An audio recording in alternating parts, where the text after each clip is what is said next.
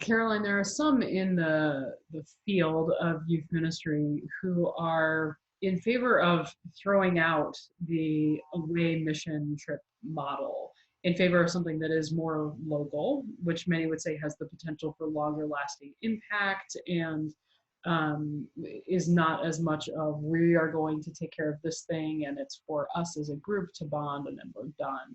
Can you share your perspective on some of that? Sure. I think I see the logic and the reasoning and good arguments for both of those. I have been profoundly changed as a young person and as a leader with the away service opportunity, that there is something wonderful that can unfold when you leave what you know, when you travel from what is familiar, when you partner with an organization somewhere else where God is already at work and you're showing up to be a part of it.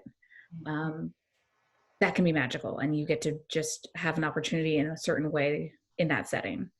But I think you do want to do the work to know that that partner, that organization is going to stay in relationship with whatever community they're serving, right?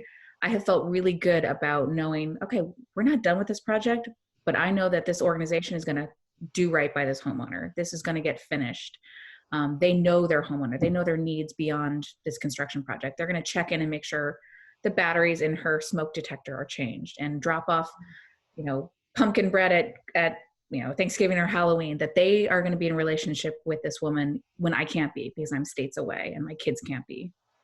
That said, there's really a lot of richness that comes from being local and knowing that you get to go once a month to this shelter, this soup kitchen, this partner project, this tutoring opportunity where your kids get to build on relationships across months or weeks or years with a local organization. That service and love of God can happen in your immediate community.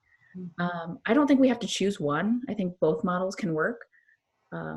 Logistics might make one more feasible than the other. That doesn't make it wrong or better. I think it's how you frame it, what you look for, how you maintain any relationship of service, and that orientation of going to be a partner and to be a learner, and not going to fix or drop in and pull out.